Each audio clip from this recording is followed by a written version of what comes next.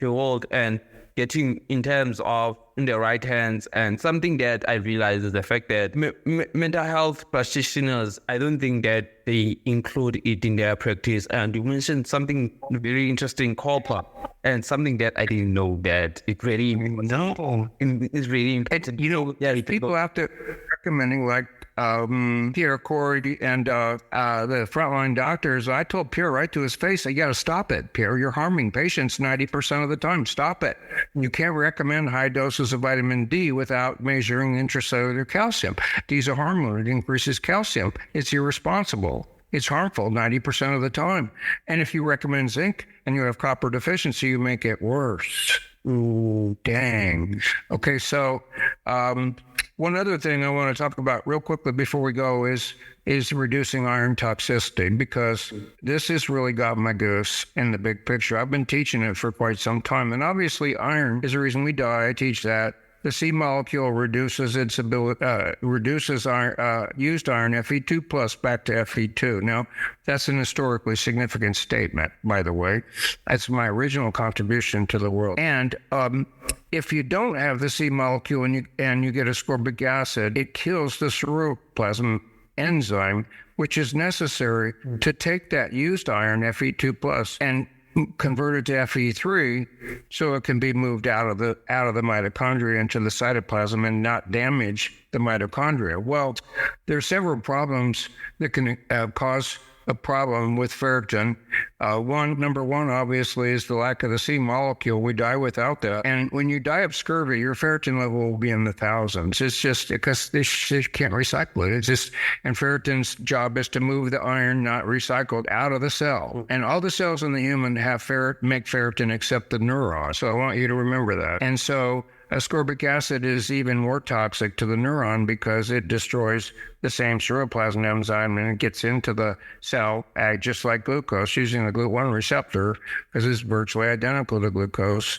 And then when it does, it kills the ceruloplasmin, which forces the mitochondria in the neuron to make a mitochondrial transfer and transferritin, which moves the used iron in the neuron out of the mitochondria to the cytoplasm. Well, guess what the stimulus for amyloid formation is in the neuron? Mitochondrial transferritin. And so by taking ascorbic acid, you're increasing amyloid deposition in your brain. Sorry, it's fact. Published. Okay, so the problem is that men don't have menstrual periods or babies. It's really simple. I'm a doctor. I know that's true. I love that stupid statement. Anyway, it's just fun to say. And so the key is that every time we eat and drink, iron goes into our bodies 1 to 5 milligrams a day approximately. So we're probably absorbing a minimum of about 1,000 milligrams of iron per year. Okay, so and that accumulates, and we can't measure it, and it's stored in amyloid. And amyloid is a prion protein of fibrinogen. So when the ferritin moves the iron out, it dumps it. It's not a measurement of iron, doctors. It's not. It's published. Look it up. 2009, D.B. Kell, Manchester, England. 128 pages of references. I'm like, you want to argue with that guy? Not me. He is the greatest teacher. I mean, everyone just reveres him in his programs, and they stay with him in his research even after they earn their PhDs. And he's just, I've met a few really, really brainiacs like that. It's just remarkable. I'm hoping that he'll grab onto my work. Him and Dr. at UCLA, Dr. Lamas. I want to do carbon-13 labeling on my work and prove it all a little bit more dramatically. Nevertheless, what we need is to understand that we accumulate iron and we die because of iron, so we'll have to reduce it. And we have a disease going on in our population right now that is caused by the spike protein. And those that have received the vaccine basically got the mRNA given to their DNA. 20 of their 23 chromosomes are permanently altered to produce spike protein. Those of us that did not get the vaccine were shed on. We got the virus because it was designed to be like a flu virus. It's 139 base pairs. The virus is 150. And so it's designed to be a bioweapon. It's designed to kill us. And did they know? I hope not. But it was published in March 2023 that spike protein attaches to the nitrogen terminal domain of beta-1 hemoglobin. Now, I'm very specific in what I teach.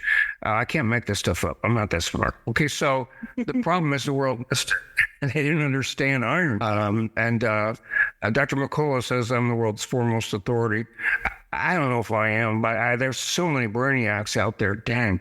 But the bottom line is that we have to keep reducing iron toxicity our whole lifetime. And as men, that requires us to be blood donors or do therapeutic phlebotomy because we don't have menstrual periods or babies. Pretty simple. And so this is why men die before women. This is why men get 80% more disease than women. And this is why men die of their disease 80% more than women. P.D. Mankin book in 2015 called Dumping Iron is very excellent if you want to refer to all this information and statistics. But if you become a regular blood donor and you're a man, you reduce your risk of colorectal cancer 300%. You reduce your risk of lung cancer 150%, cardiovascular disease 90%, incidence of cancer 60%, death from cancer 40%, and stroke 20%. I would suggest there's nothing doctors could do for you. No medication is going to have a greater impact on your long-term life and its expectancy and disease development than being a regular blood donor. Wow. And I try to teach doctors to provide it for patients that can't go, like routine phlebotomies, regular phlebotomies in my office. I do it all the time. It's really simple. And it doesn't take much skill. If you can start an IV, you can suck out a unit of blood. We use a chest tube vacutainer. It's pretty cool. It just sucks it right out, clamp it off, and you're done. We don't have to worry about gravity, and it's got clamps on it, and we can dispose of it very easily. And so, and cheaply. And so I think that it's worthwhile encouraging men to consider don't stop. I tell the formula for men is age minus 12. So how old are you? Probably 25. I just turned 25 this year. 55?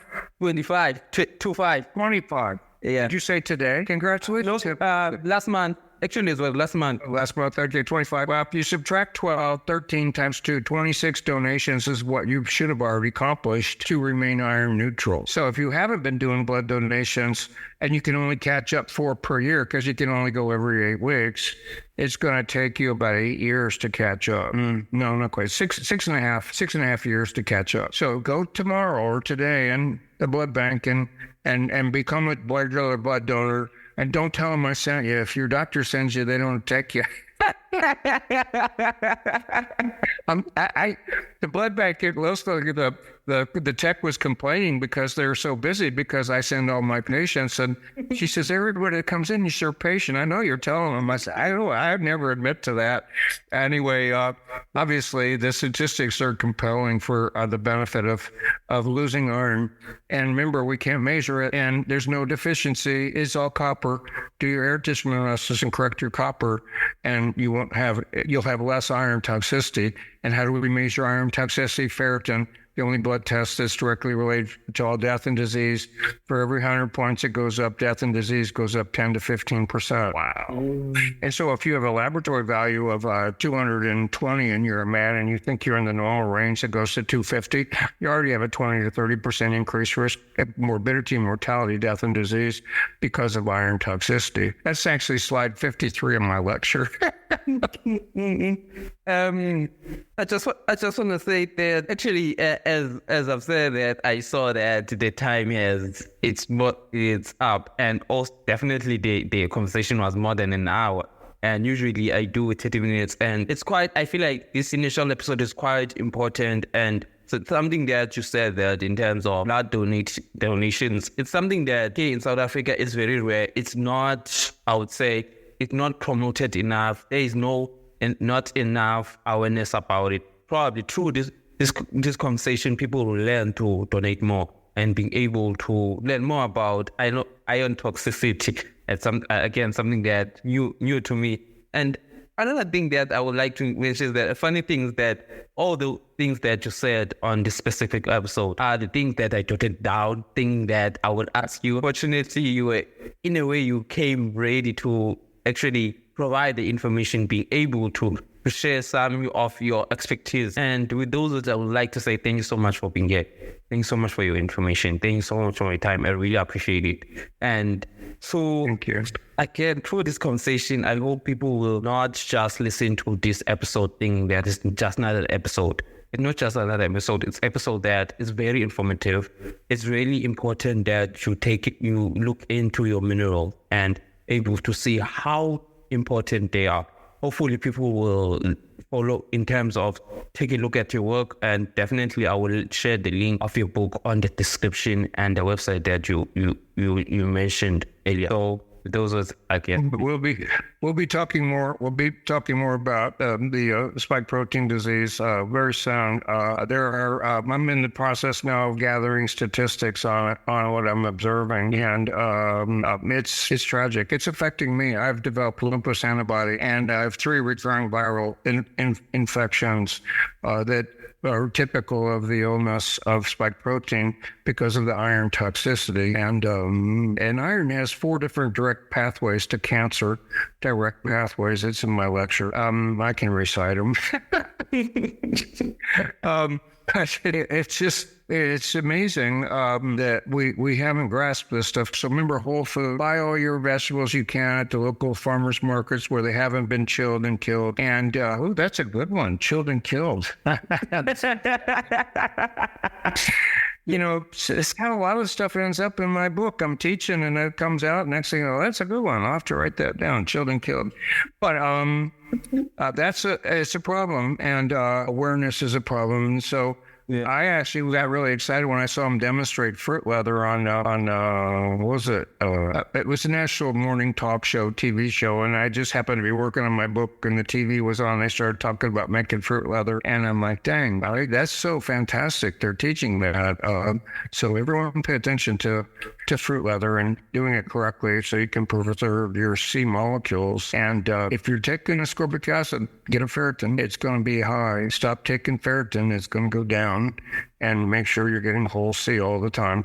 None of that freeze-dried stuff. None of those powders and things like that. They don't work. Ferritin will tell you. And again, I would like to say thank you so much. And also, before I let you go, definitely people would like to know where can they find you, and also when the actual episode is out. I just wanna to share with you if you have any social handle. I very much look forward to talking again, and definitely I would invite you. Stay tuned for the announcements for the book. If you buy from my supplement company, you'll get an broadcast email.